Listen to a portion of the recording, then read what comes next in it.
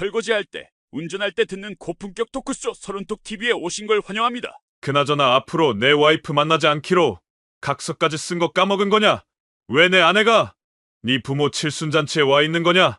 알았으니까 자잠깐만 나가서 이야기하자. 제가 상간남 이 과장과 대화를 하며 소동이 일어나자 칠순 잔치 준비로 시끌시끌하던 사람들이 조용히 저를 쳐다봤는데요. 저는 제 몸을 잡고 만류하는 이 과장을 무시하고 이 과장의 부모에게 최대한 작은 소리로 이야기를 했습니다. 두 분 칠순잔치에 소란을 피워 죄송합니다. 그런데 아드님이 제 아내와 바람을 피워 가정이 파탄나게 생겼습니다. 이제 그만 만나라고 각서도 쓰고 상간소송까지 해서 이렇게 판결을 받았는데도 뻔뻔하게 계속해서 제 아내를 만나고 있습니다. 심지어 제 아내를 여기까지 데리고 왔네요. 가만히 제가 이야기하는 걸 듣고 있던 이 과장의 아버지는 크게 화를 내며 그걸 왜 여기서 우리한테 말하는 거요? 당장 나가요. 그리고 제 아들 절대 그런 놈 아니요. 저는 아무 말 없이 핸드폰을 꺼내 아내의 자동차 블랙박스에 녹음되어 있던 상간남 이 과장과 아내의 대화 녹음을 틀었습니다. 내가 당신 남편 새끼보다 잘하지? 말해 뭐해 진짜 최고야 크크. 나하고 살면 맨날 잘해줄 텐데 크크. 저번에 집 나와서 일주일 있을 때 진짜 좋지 않았어? 그러지 말고 그냥 나와서 같이 살자. 대화 녹음이 끝나는 순간 엄청난 일이 일어났습니다. 오늘 사연은 부부관계 개선을 목적으로 운영되는 네이버의 한 카페에서 발견한 사연으로 아내 불륜 적발 이후 상간남 부모의 칠순잔치에 쳐들어가 난리를 치고 나온 어느 남편의 이야기입니다. 악마 같은 아내가 겪는 뒷이야기도 정말 재미있는 사연입니다. 본격적인 영상 시작 전 구독과 좋아요 그리고 알람 설정까지 부탁드리고 지금 바로 영상 시작하겠습니다. 안녕하세요. 제가 인생을 살면서 이런 일을 겪게 될지도, 이런 카페에 가입을 할 줄도 몰랐네요. 저는 서울에 살고 있는 40대 남자 박석현입니다. 몇 달 전부터 아내가 갑자기 사소한 일에 트집을 잡고 이혼을 요구해 왔습니다.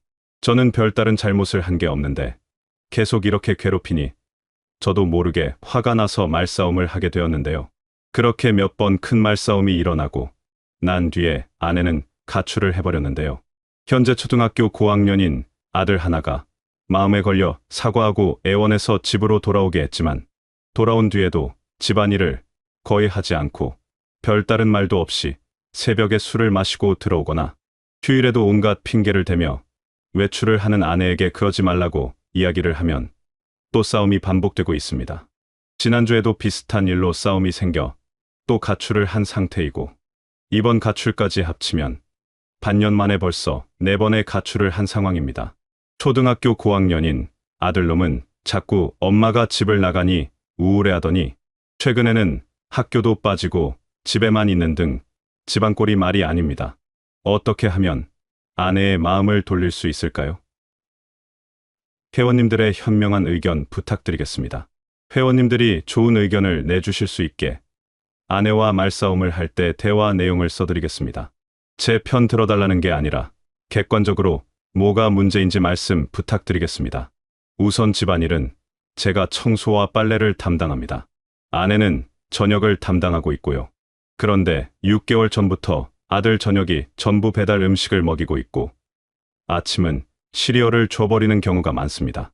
그렇게 시리얼과 배달 음식으로 아들 식사를 때우면서도 생긴 설거지마저도 안에서 주방에 그릇이 산더미처럼 쌓여 있었는데요.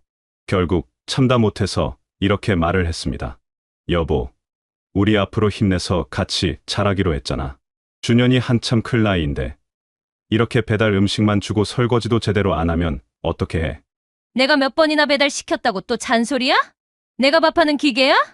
내가 알아서 잘 먹이고 있으니까 제발 잔소리 좀 그만해. 진짜 숨 막혀.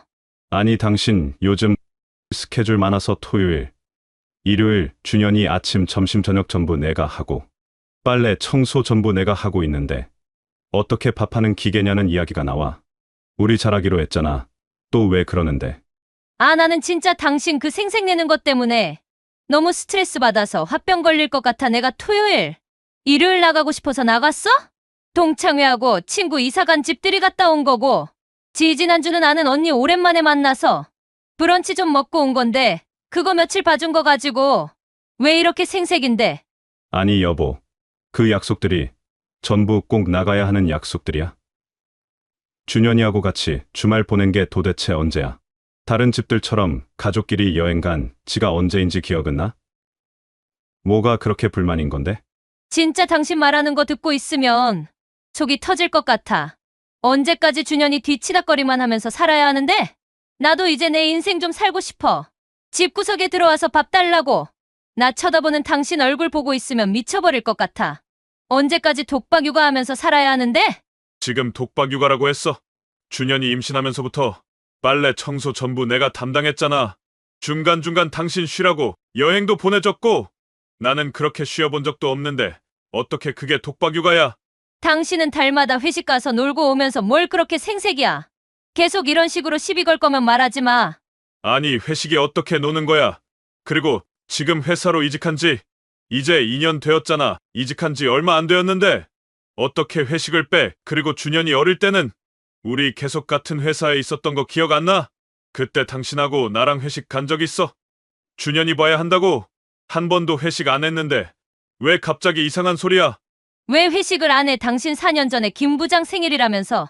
나 빼놓고 회식 갔었잖아. 내가 그때 얼마나 힘들었는지 알아? 이런 식으로 4년, 심하면 7년 전 이야기까지 꺼내면서 제 잘못을 들추려고 합니다. 이럴 때 저는 어떻게 해야 하는 것일까요? 안녕하세요 회원님들, 박석현입니다. 어제 글을 쓰고 많은 분들이 정말 충격적인 답변을 달아주셨는데요. 저는 여태까지 부부관계에 문제가 있다고만 생각했는데 대부분의 분들이 이건 아내가 바람을 피우고 있을 확률이 매우 높다는 이야기를 주셨습니다. 최근 싸움이 많아지기는 했어도 연애 포함 20년 가까이 그런 행동을 한 번도 한 적이 없는 아내였기에 솔직히 믿을 수가 없네요. 그런데 10명이 넘는 분들이 이구동성으로 아내의 불륜을 의심하라고 하니 일단 말씀 주신 대로 불륜 증거를 찾아보도록 하겠습니다. 박석현입니다. 지난주 글을 쓰고 상담사님과도 상담을 진행했는데요. 회원님들의 조언이 맞았습니다.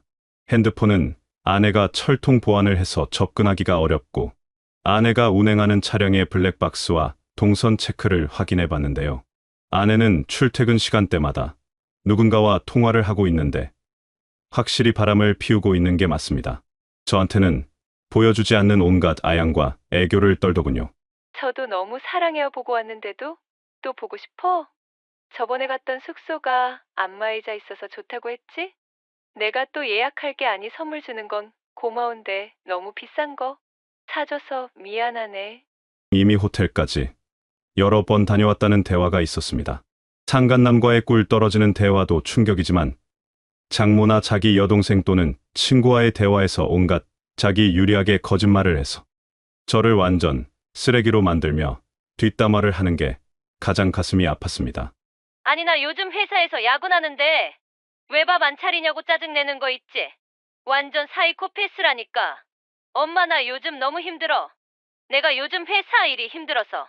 준현이 배달 음식 좀 시켜줬더니 나보고 너는 집에서 하는 게 뭐냐고, 왜 여자가 집안일 안 하냐고 막 화를 내더라니까. 아, 그리고 어떤 친구한테 자신의 불륜 사실을 자랑스럽게 이야기를 했는데요. 그 사람이 이번에 옷 사줬는데 내가 찾아보니까 50만 원짜리더라고. 크크 내가 언제 그런 옷 입어보겠어. 남편 이야기는 하지 마라. 진짜 어쩌다 그런 인간하고 결혼을 했는지 모르겠다. 진짜 시간을 되돌리고 싶다. 이번에 나 집 나왔을 때 그 사람 집에서 며칠 있었는데 진짜 그 사람은 여자를 행복하게 해줄 줄 아는 사람이야. 하준현이만 아니었으면 그냥 빨리 이혼해버리는 건데 아무리 그래도 준현이 못 보니까 힘들더라고. 야 밤을 비교하지 마라. 크크 내가 처음으로 홍콩 갔다니까. 신세계야. 신세계 얼마나 정성 들여 애무를 해주는지 진짜 미치는 줄 알았다니까. 정말 피가 거꾸로 솟는 느낌이 들 정도로 분노에 차올랐는데요. 상담사님께서는 아직 상간남이 특정되지 않았고 상간남이 아내가 유부녀인지 알고 있다는 명확한 증거가 없기 때문에 포커페이스를 하고 확실한 증거를 찾으라는 말씀을 주셨습니다. 일단 아내 차량에 위치 추적기 설치해놨고 계속 지켜보고 있습니다.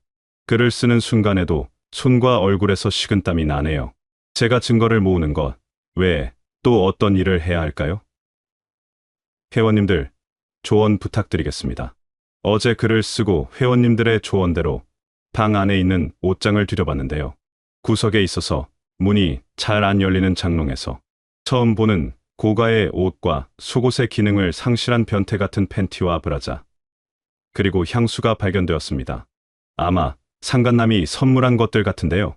언제 이런 걸 숨겨놨는지 숨이 안 쉬어질 정도로 분노가 치밀고 있습니다. 그리고 아이 돌반지나 금부치 같은 거 전부 숨겨놓으라고 말씀 주셨는데요. 그 사이에 아내가 벌써 갖다 숨겨놨으면 어쩌나 걱정했는데 다행히 그런 건 건들지 않았네요. 순금바 몇 개와 제가 기념일에 아내에게 선물한 금반지, 금목걸이, 명품백들 전부 제 차에 옮겨놨습니다. 이것만 해도 거의 1,000만 원 이상일 텐데 조언 주셔서 정말 감사합니다. 불륜 증거 찾으면 또 글 쓰겠습니다. 감사합니다. 박석현입니다. 아내의 불륜 현장 사진은 조만간 잡을 수 있을 듯합니다. 아내 말로는 다다음 주에 회사에서 워크숍을 간다고 1박 2일 집에 못 온다고 했는데요. 사실 제가 대기업으로 이직을 하기 전에 아내와 같은 회사에 있었는데요. 운이 좋게 사원 때부터 저와 함께 일하던 최 대리가 아내와 같은 부서에서 일을 하고 있어서 물어볼 수 있었습니다. 최 대리, 오랜만에 연락하네. 아이고, 과장님 잘 지내셨는지요? 갑자기 연락해서 미안한데 지금 사람 없는 곳에서 전화 좀 가능할까? 예자리 옮겼습니다. 무슨 일이신데요, 과장님? 최 대리, 내가 최 대리하고 몇 년 되었지? 저 입사할 때부터였으니까 거의 7년 되었죠? 내가 최 대리 직장 상사와 부하 떠나서 난이 믿는 거 알지? 무슨 일 있으신가 봅니다. 편하게 말씀 주세요. 할 수 있는 일이면 뭐든 도와드리겠습니다. 그렇게 최 대리에게 모든 사실을 이야기했는데요. 최 대리는 정말 고맙게도 본일 일처럼 화를 내며 최선을 다해서 도와주겠다고 하더군요. 그러면서 말하길 다다음 주에 회사 워크숍 없다고 이야기를 해주더군요. 그때 아마 상간남과 어디 놀러를 갈 예정인가 봅니다. 그리고 기왕 전화한 김에 아내가 회식이라고 늦었던 날 진짜 회식을 한 건지 확인을 해봤는데요. 최 대리는 어처구니가 없다는 말투로 저희 팀 회식 안 하고 영화관 가서 영화 본 지 벌써 1년이 넘습니다. 라고 말하더라고요. 아내가 회식 타령하면서 늦기 시작한 게 2년인데 도대체 그 2년 동안 무슨 짓을 하고 돌아다닌 건지 배신감에 치가 떨립니다. 무튼 지옥 같은 2주 뒤면 아내가 누구와 불륜을 저지르고 있는지 알 수 있을 것 같네요. 또 글 쓰겠습니다. 도와주신 회원님들 모두 감사드립니다. 아, 그리고 조언 주신 대로 집안에 CCTV 설치해 놓고 녹음기도 설치해 놓도록 하겠습니다. 감사합니다. 안녕하세요 회원님들, 박석현입니다. 다음 주면 아내가 상간남과 여행을 가는데요. 도대체 이 여자 심리를 모르겠습니다. 밤에 자려고 누워있는데 하는 말이 오빠는 결혼 생활하면서 다른 여자한테 마음 가본 적 없어? 라고 묻더군요. 아니 왜? 당신은 흔들린 적 있어? 아니, 난 우리 가족이 제일 소중한데 어떻게 다른 남자한테 마음을 주겠어. 크크, 우리 가족 앞으로도 행복하게 살자. 내가 요즘 오빠한테 짜증이 심했던 것 같아. 나도 노력할 테니까 우리 세 가족 행복하게 잘 살자. 라고 하더군요. 이게 무슨 심리일까요? 박석현입니다. 회원님들이 쾌락에 미친 여자가 내뱉는 말에 일일이 의미부여하지 말라는 조언을 해주셨습니다. 진짜 본심은 상간소송 이후에 나온다는 말 명심하고 신경 쓰지 않겠습니다. 빨리 다음 주가 되었으면 좋겠네요. 안녕하세요 회원님들, 박석현입니다. 상간남 얼굴 확인했는데 정말 배신감에 미칠 것 같습니다. 기다리던 아내의 워크숍 날이 어제였습니다. 탐정을 고용해서 아내의 뒤를 밟았는데요. 중간중간 아내의 차량을 놓치는 아찔한 순간이 있었지만 제가 설치해 놓은 위치 추적기로 다시 쫓아갈 수 있었습니다. 아내는 집에서 곧바로 하남에 있는 한 오피스텔 건물로 들어갔는데요. 그곳에서 본인의 차량을 두고 상간남의 차량에 탑승하여 가평에 있는 자라섬 근처의 펜션으로 이동했습니다.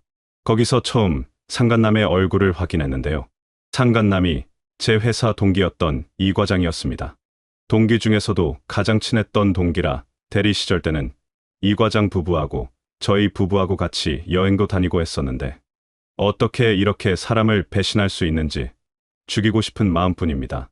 운이 좋다고 해야 하나 아내가 유부녀인 것은 따로 증명을 할 필요가 없는 게 제가 대기업으로 이직을 하면서 인사를 했었고 올 초에도 제가 새해 인사를 주고받으면서 가족 안부를 물었던 정황이 있습니다.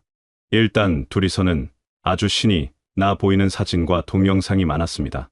나이에 맞지 않게 커플 티셔츠를 입고 가평을 여행 다니더니 저녁에는 와인에 고기를 구우며 서로 먹여주고 난리도 아니더군요. 일단 상담사님, 조언대로 아무것도 모르는 척 이 과장한테 전화해서 제가 아내와 부부인 것을 아는지 다시 한번 확인을 해봐야겠습니다. 박석현입니다. 이 과장에게 전화하기 전 이 사실을 최 대리에게 간단하게 말을 했는데요. 최 대리가 제가 몰랐던 사실을 알려주더군요. 이 과장 2년 전에 이혼했습니다. 듣기로는 거래처 여직원과 바람 피우다가 걸려서 이혼당했다고 들었는데 확실하지는 않습니다. 이 과장이 살고 있는 집이 원래는 강동 쪽에 있는 아파트였었는데 왜 하남에 있는 오피스텔에 살고 있는지 궁금했는데요. 이혼을 했다면 앞뒤가 맞았습니다. 바람 피우다 걸려서 오피스텔로 이사를 간 것이었습니다. 그렇게 이 과장에 몰랐던 정보를 알고 그날 저녁 퇴근 시간대쯤 맞추어 이 과장에게 전화를 걸었는데요.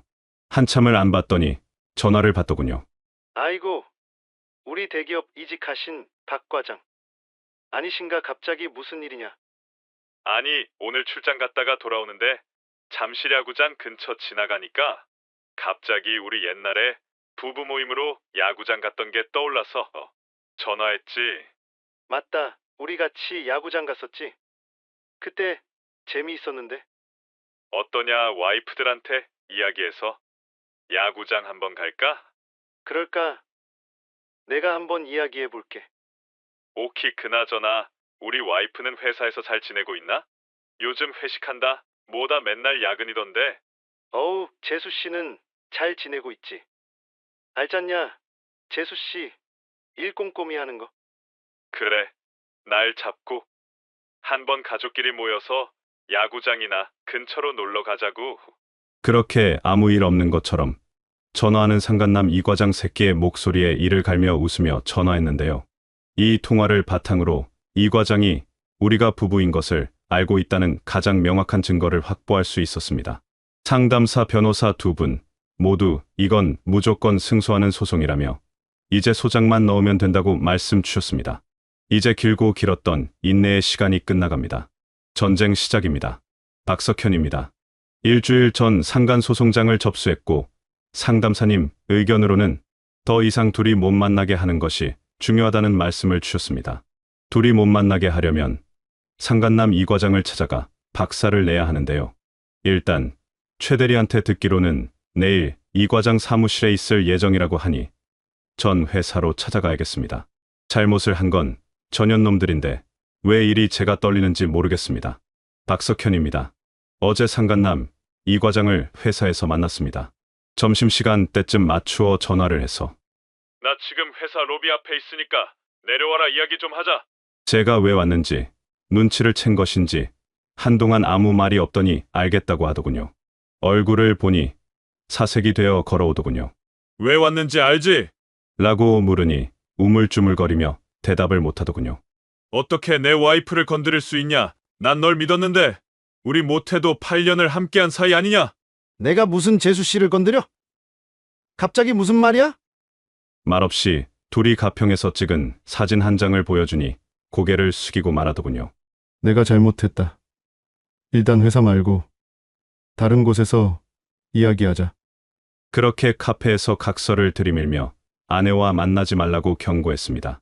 각서에는 아내와의 불륜을 인정하고 앞으로 한 달 내로 회사를 그만두고 이후 개인적인 연락 1회당 500만 원, 만남 1회당 1천만 원이라는 내용이 쓰여져 있었는데요. 이 과장은 한참 각서를 읽더니 사인을 했습니다. 사실 둘이서 언제부터 불륜 관계였는지 몰랐는데요. 각서에 써놓은 걸 보니 1년 반 정도 만났더군요. 거의 제가 대기업으로 이직을 하자마자 바람이 난 것 같았습니다. 그렇게 난리 아닌 난리를 치고 집에서 기다리고 있으니 저녁 6시 아내가 완전히 기가 죽은 모습으로 퇴근을 하더군요. 아무 말 없이 아들과 셋이서 저녁을 먹고 밤에 잠을 자려는데 갑자기 아내가 무릎을 꿇더니 울면서 빌기 시작했습니다. 내가 정말 잘못했어. 더 할 말이 없다. 아까 당신 왔다 가고 이제 그만 만나기로 약속했어. 그 사람하고 나 절대 진지한 사이 아니었어. 그냥 그 사람 이혼하고 나도 외롭고 해서 그냥 서로 위로해 주다 보니 그렇게 된 거야. 정말 실수야. 앞으로 이런 일 절대로 없을 거야. 부서도 최대한 빠르게 옮길게. 무슨 실수를 1년 반 동안 저지르고 있냐고 욕을 해주려는데 바람난 아내가 무엇을 하든 무반응으로 대응하라는 회원님들과 상담사님의 조언에 따라 그냥 무표정하게 알겠다고 말을 했는데요. 오늘 아내를 보니 다시 예전으로 돌아간 것처럼 아침을 준비하고 아이를 극진히 챙겨 학교로 보내줬습니다. 솔직히 회원님들 조언 아니었으면 아내가 다시 돌아왔다는 착각이 들 정도였는데요. 상간소송장 도착한 이후로 저 모습이 어떻게 변하는지 궁금하네요. 안녕하세요 회원님들, 박석현입니다. 봄에 아내의 외도를 알게 되고 2달 사이에 참 많은 일이 있었는데요.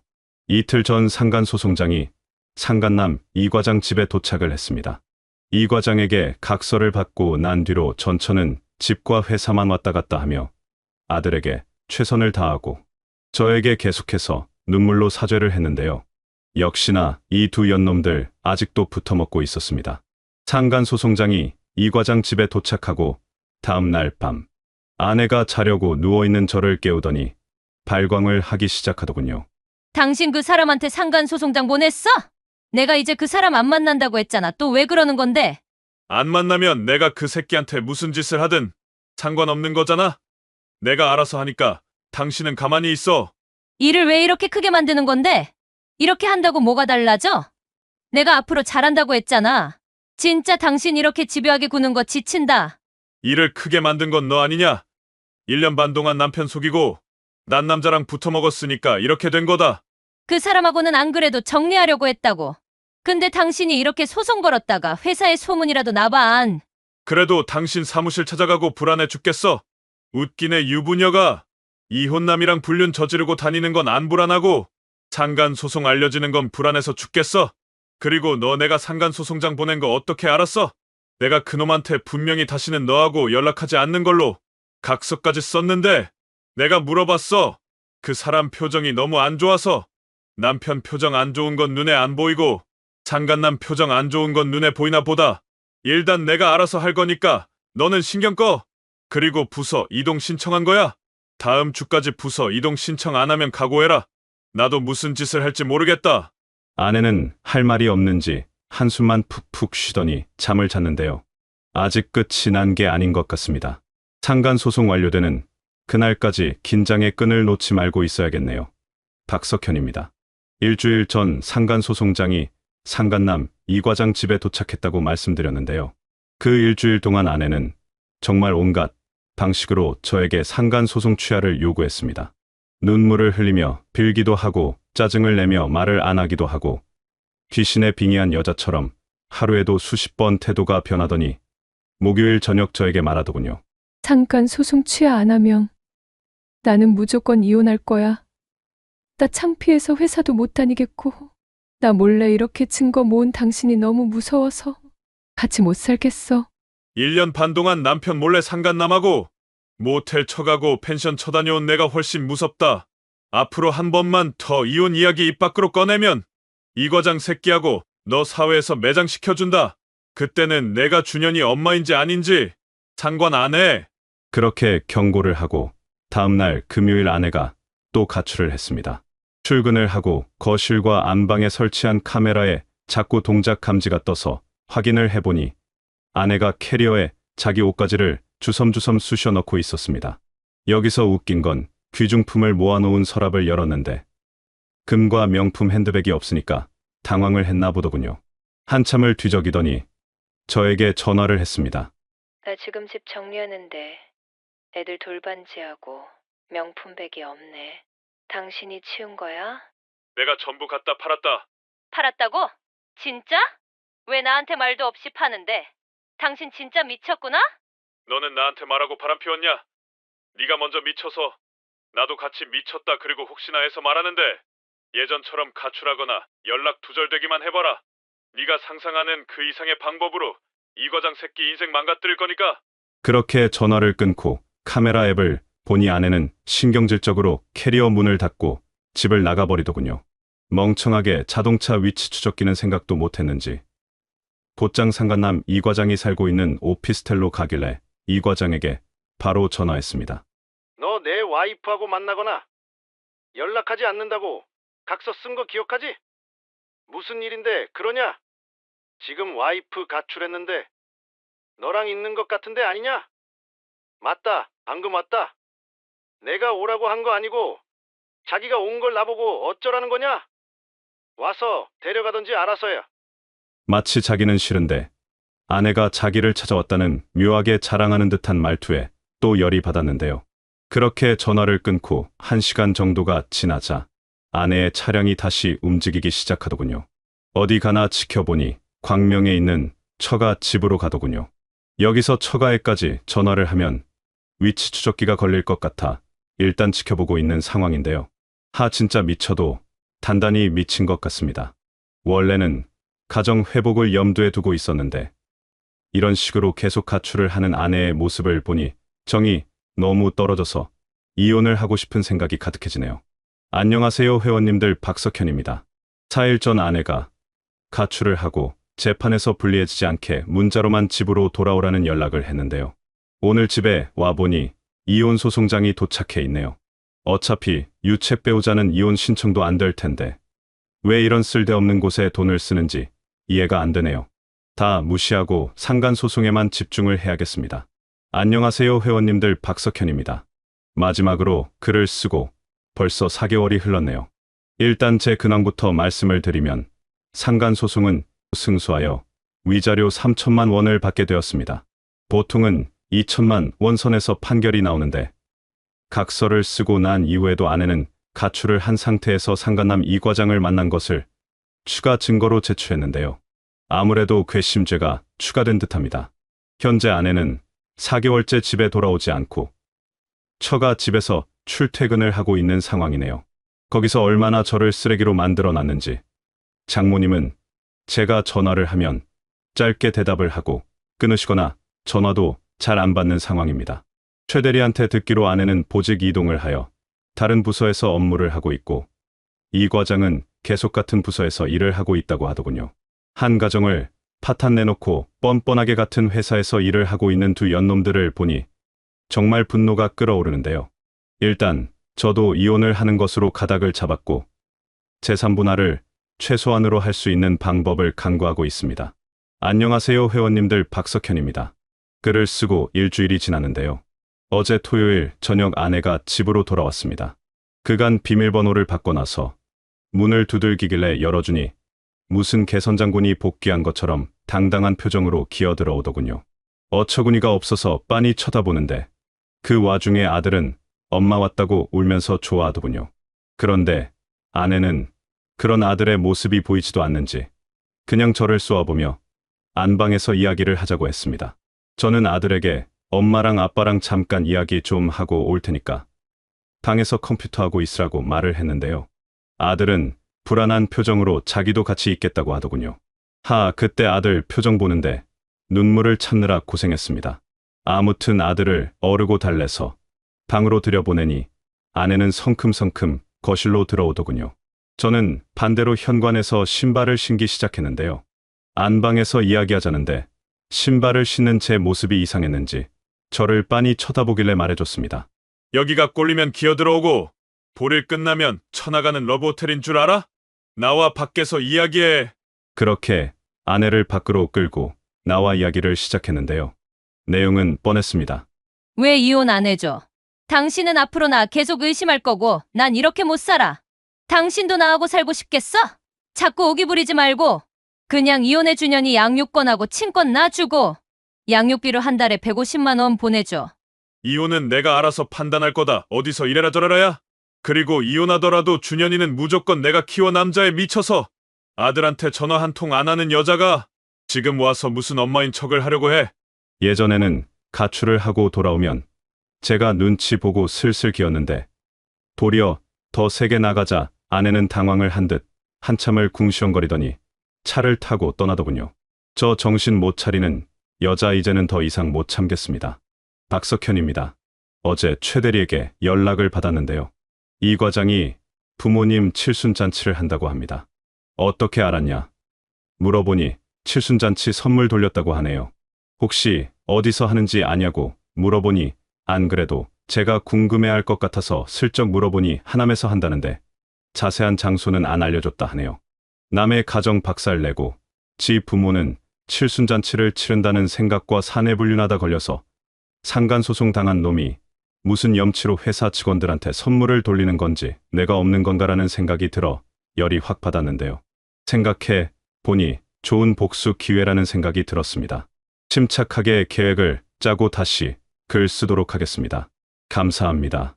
안녕하세요 회원님들, 박석현입니다. 마지막으로 글을 쓰고 2주일이 흘렀는데요. 어제 상간남 이 과장의 부모 칠순잔치에 쳐들어갔다 왔습니다. 장소를 어떻게 찾았냐면 우리 사랑하는 최 대리가 직원 몇 명과 말을 맞추고 축하 화환 보내고 싶다며 장소를 알려달라고 했다는데요. 제가 정말로 직장 부하 하나는 기똥차게 키운 것 같습니다. 무튼 최 대리가 알려준 곳은 하남에 있는 한 식당이었는데 가보니 이 과장 형제들이 많아 사람들이 참 많이 모여 있었습니다. 혹시나 입구에서 저를 알아볼까 봐 마스크를 끼고 최대한 조심하면서 건물로 들어갔는데요. 거기서 또 열받는 모습을 보게 되었습니다. 아내가 거기 있더군요. 직장 부하 한 명과 함께 앉아 있었는데요. 일단 준비해 간 바디캠에 얼굴이 최대한 잘 찍히도록 녹화했습니다. 안으로 들어가니 상간남 이 과장이 가족들과 이야기를 나누고 있더군요. 어머니와 아버지로 보이는 사람들이 상석에 앉아 있었는데요. 상간남의 부모님을 향해 마스크를 벗고 천천히 걸어가서 인사를 건넸습니다. 안녕하세요. 칠순 축하드립니다. 드릴 말씀이 있어 이렇게 찾아왔습니다. 처음 보는 사람이 말을 걸자 두 분은 어리둥절한 얼굴로 저를 쳐다보셨는데요. 그때 제 얼굴을 본 이 과장이 귀신이라도 본 표정으로 저를 향해 쏜살처럼 달려오더니 직장애가 있는 사람처럼 말을 더듬으며 말하더군요. 여기는 어떻게 알았어? 아, 우리 그래도 이건 아니지. 잠깐 나랑 나가서 이야기 좀 하자. 왜 이렇게 말을 더듬는 거냐? 틱장애냐? 니니니니니 엄마 아빠하고 할 이야기가 있어서 온 거니까 꺾어져라라. 그나저나 앞으로 내 와이프 만나지 않기로 각서까지 쓴 거 까먹은 거냐? 왜 내 아내가 네 부모 칠순잔치에 와 있는 거냐? 알았으니까 잠깐만 나가서 이야기하자. 제가 상간남 이 과장과 대화를 하며 소동이 일어나자 칠순잔치 준비로 시끌시끌하던 사람들이 조용히 저를 쳐다봤는데요. 저는 제 몸을 잡고 만류하는 이 과장을 무시하고 이 과장의 부모에게 최대한 작은 소리로 이야기를 했습니다. 두 분 칠순잔치에 소란을 피워 죄송합니다. 그런데 아드님이 제 아내와 바람을 피워 가정이 파탄나게 생겼습니다.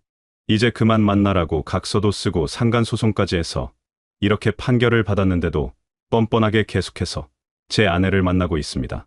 심지어 제 아내를 여기까지 데리고 왔네요. 라고 말하며 아내를 손가락으로 가리켰는데요. 직장 동료들과 수다를 떠느라 제가 온 걸 모르고 있던 아내는 사람들이 일시에 자신을 쳐다보자 어리둥절한 표정을 짓다가 제 얼굴을 보고는 귀신을 본 것처럼 놀란 표정을 짓더니 급히 건물 밖으로 나가버렸습니다. 가만히 제가 이야기하는 걸 듣고 있던 이 과장의 아버지는 크게 화를 내며 그걸 왜 여기서 우리한테 말하는 거요? 당장 나가요. 그리고 제 아들 절대 그런 놈 아니요.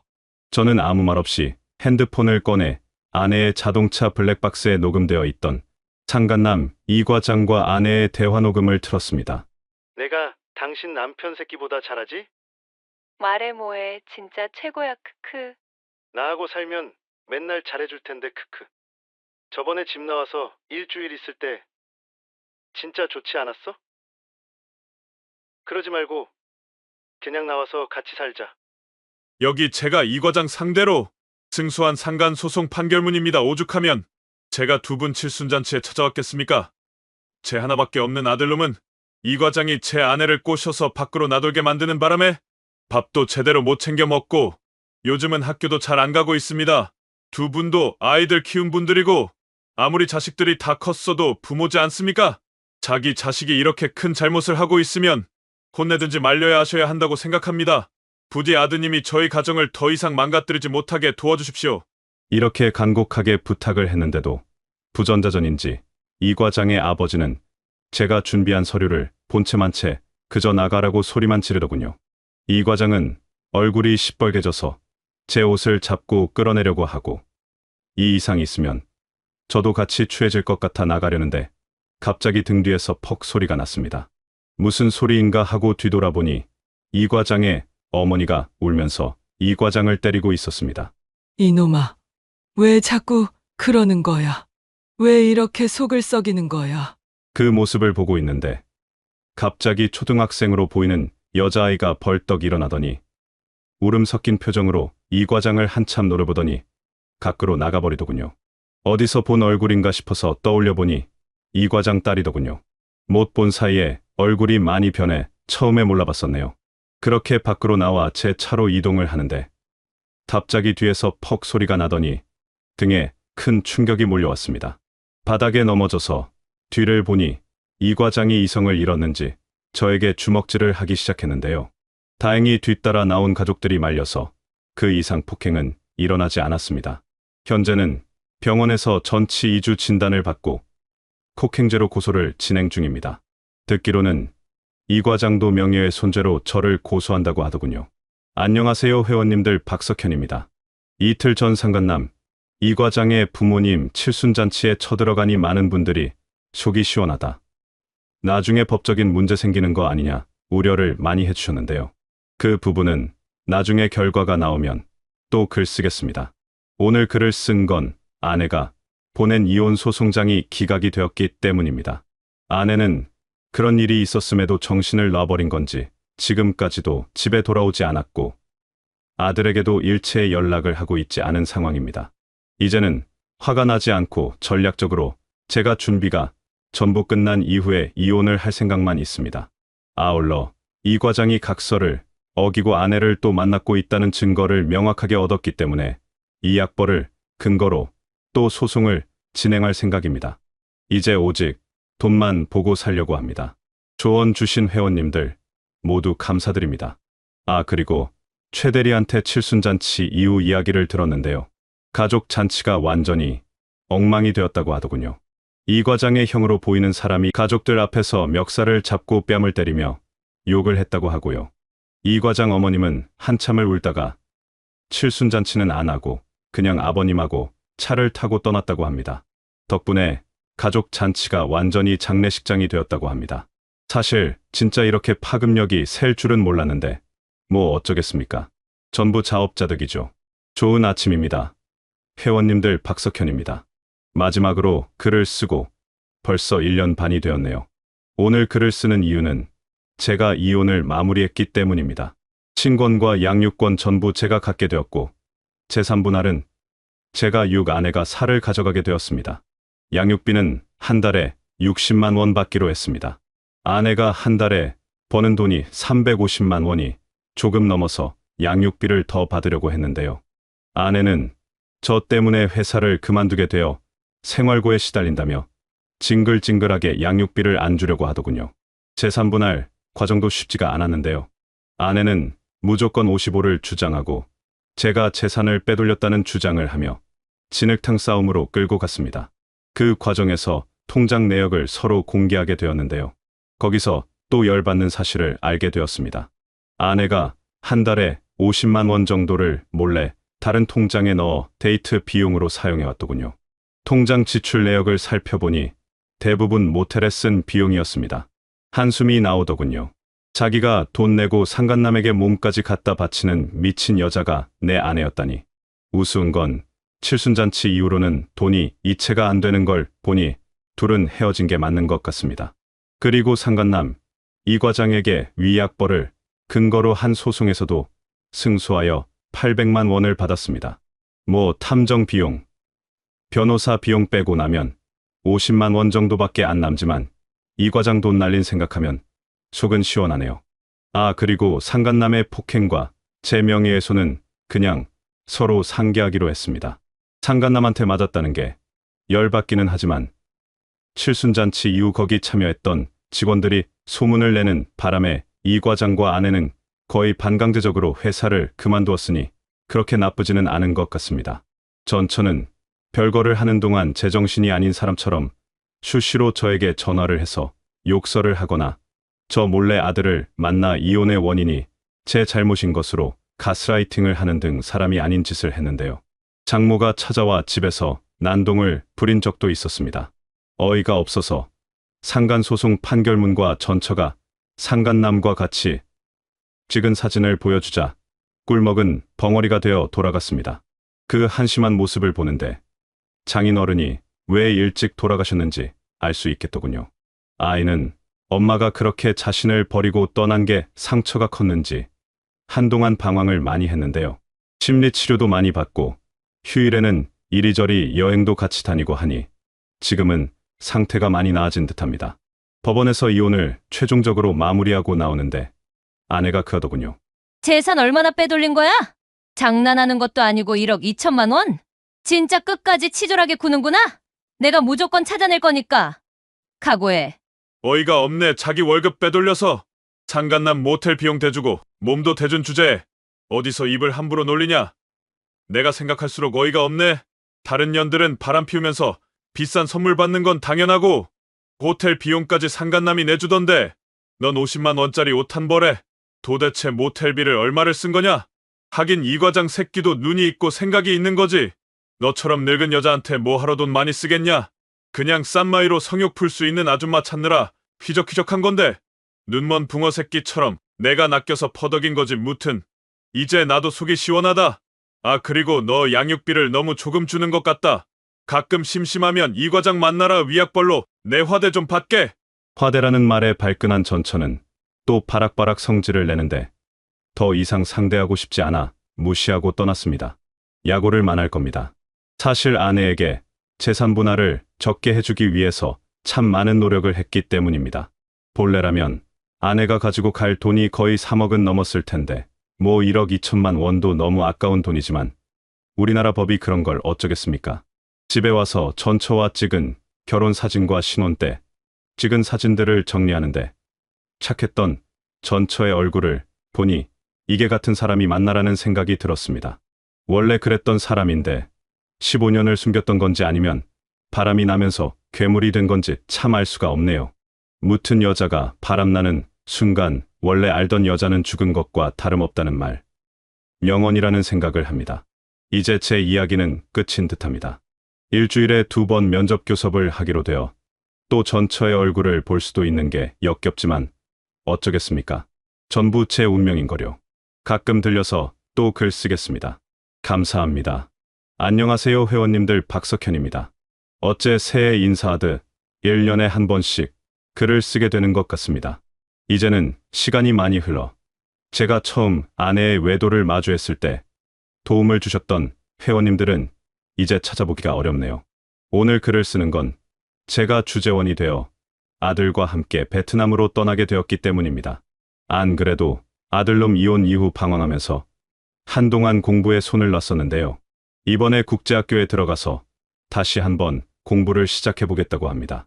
중학생인 놈이 너무 기특합니다.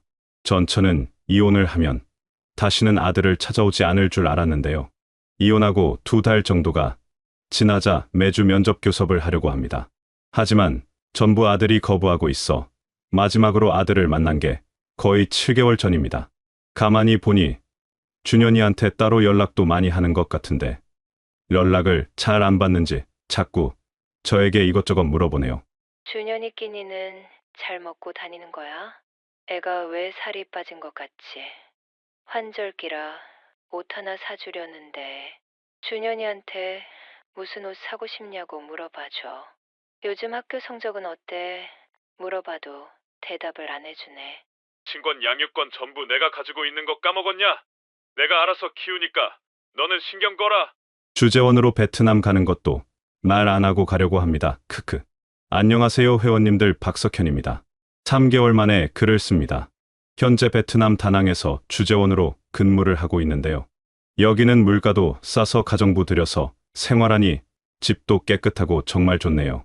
무엇보다 좋은 건 지옥 같았던 한국에서의 일들이 이곳에 오니 잊혀지는 것 같아 마음이 편안합니다. 아들도 적응을 잘하고 있는 것처럼 보입니다.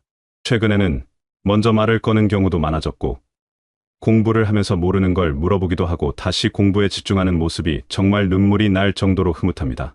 마지막 글에서 전처에게 주재원 가는 거 말 안 하고 간다고 말씀을 드렸는데요. 전처는 어제 그 사실을 알게 되었습니다. 크크 바람나서 아들 버리고 가출 처하고 다닐 때는 언제고 지금 와서 어떻게 엄마한테 말도 없이 외국으로 갈 수 있냐며 울면서 말하더군요. 듣기로는 전처도 어디 중소기업에 취직을 했다고 들어서 양육비 증액 신청한다고 말을 했더니 한참을 말없이 있더니 알겠다고 하면서 준현이 잘 좀 부탁한다고 하더군요. 버스 지나가고 손 흔드는 것 같아서 우스웠습니다. 제 근황은 여기까지입니다. 모두 행복하시길 바랍니다. 안녕하세요 회원님들. 1년 반 만에 근황을 올립니다. 힘들었던 기억이 가득한 카페라 이제는 그만 오고 싶으면서도 저와 같은 고통을 겪고 있을 많은 신입 회원들과 가장 필요한 순간에 진심 어린 조언을 해주신 선후배님들이 계시는 이 카페는 앞으로도 떠나기 힘들 것 같네요. 오늘 글을 쓴 이유는 세상에는 정말 천벌이 있구나라는 생각이 들어서입니다. 전처가 4달 전부터 양육비를 입금하지 않아서인데요. 전화해서 양육비 안 들어왔다고 말하니 한숨을 푹푹 쉬며 조금만 기다려 달라고 하더군요. 뭐라고 하면 돈 안 준다 빼째라 할 것 같아서 최대한 친절한 말투로 전화를 했는데 아직 정신을 못 차렸구나라고 생각이 들었는데요. 나중에 알고 보니 전처가 갑상선암에 걸렸고 전 장모는 위암에 걸렸다는 소식을 들었기 때문입니다. 어떻게 엄마와 딸이 동시에 암에 걸리는지. 요즘 갑상선암이야 금방 치료한다지만 위암 걸린 전 장모 케어는 누가 해줄지 궁금하네요.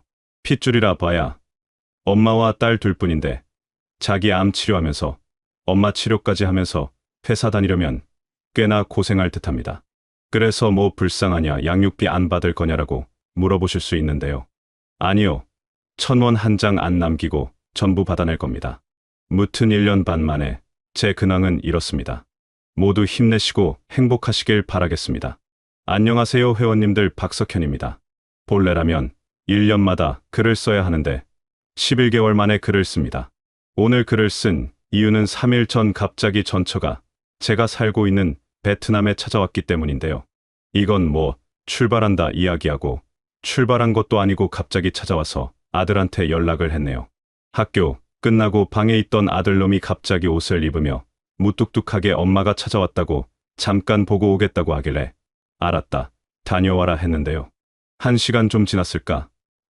다녀왔어요 라며 집으로 들어오더군요. 아들, 엄마 못 만난 거야? 아니요. 만났는데요? 그럼 저녁이나 먹고 오지 왜 이렇게 일찍 왔어? 오랜만에 보는 거잖아? 됐어요. 아빠 저녁 먹었어요? 나 배고픈데. 그래 오늘은 레스토랑에서 외식이나 하자. 바닷가 보이는 야외 테이블에서 식사를 시키고 맥주 한 잔을 마시며 밥을 먹는데 아들이 먼저 말을 꺼내더군요.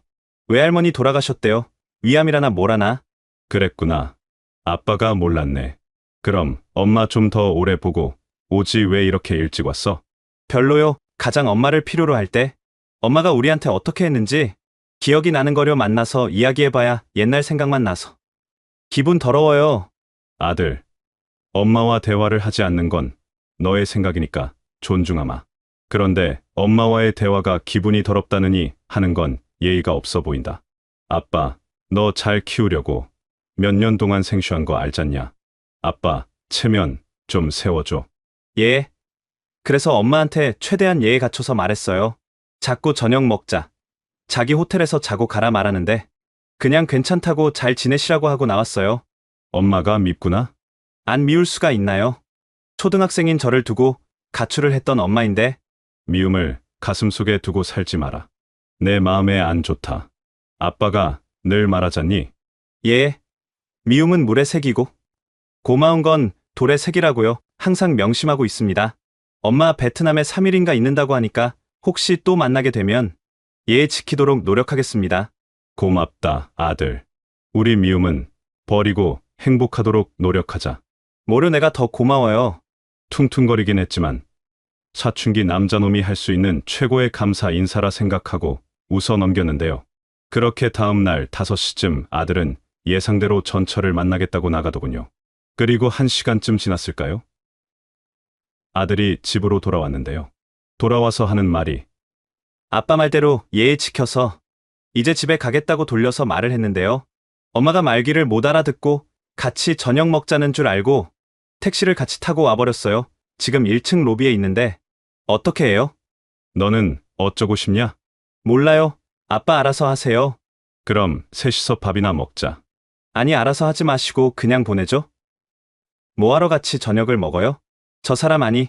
엄마 얼굴 보고 밥 먹으면 체할 것 같아요. 아무리 그래도 네 외할머니 돌아가셨다는데 이렇게 냉대하는 건 예의가 아니다.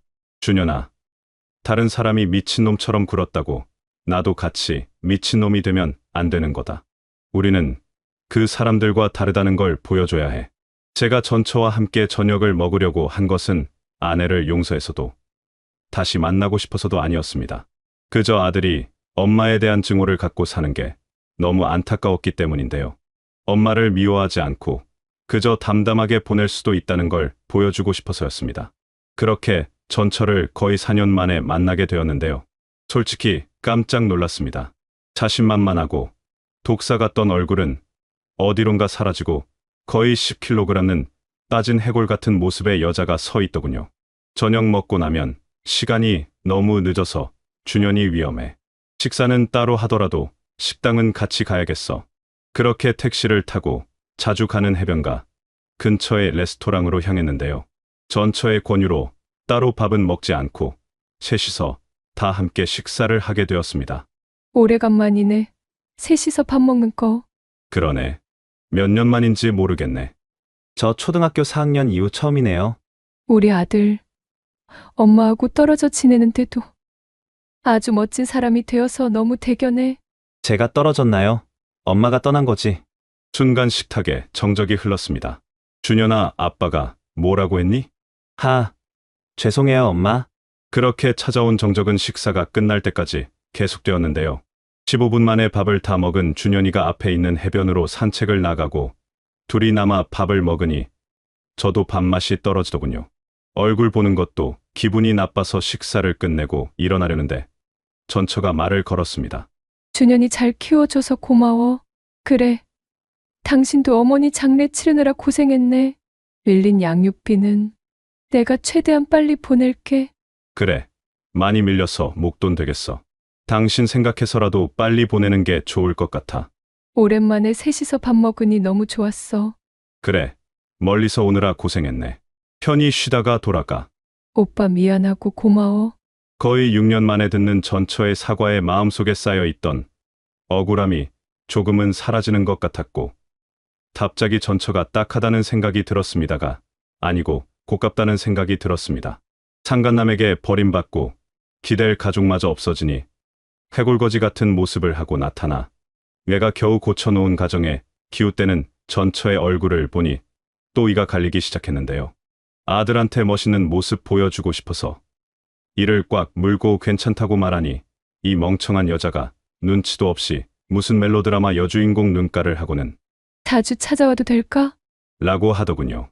결국 못 참고 퍼부어버렸습니다. 와서 뭐하게?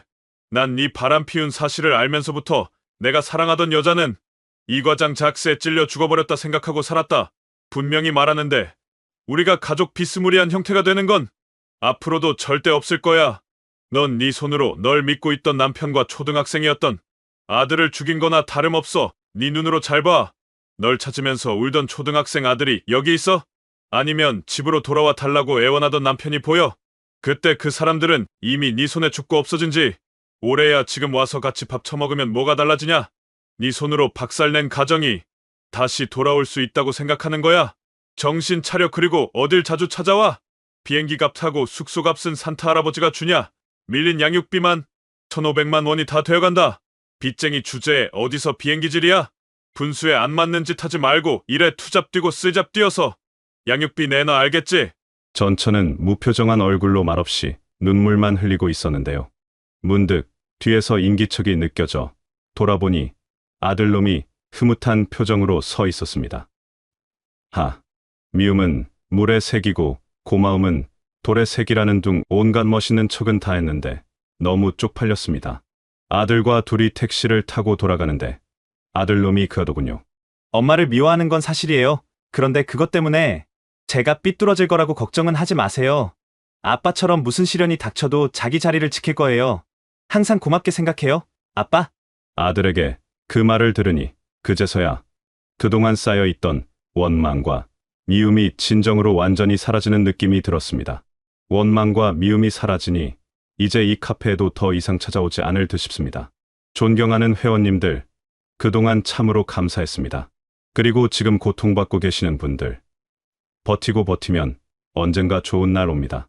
모두 견디시길 바랍니다. 지금까지 박석현이었습니다. 오늘 사연은 여기까지입니다. 유책 배우자들이 이혼하고 난 뒤에 돈이 없거나 몸이 아프면 가족들 주변을 기웃기웃거린다는데 이번 사연 속 전처도 똑같은 행동을 하고 있네요. 불륜의 결말은 비참한 뿐이라는 걸 또 상기시켜주는 사연이었습니다. 그럼 다음에도 더 재미있고 흥미로운 사연으로 찾아뵙겠습니다. 마지막으로 구독과 좋아요 그리고 알람 설정까지 부탁드리고 지금까지 서른톡이었습니다. 감사합니다.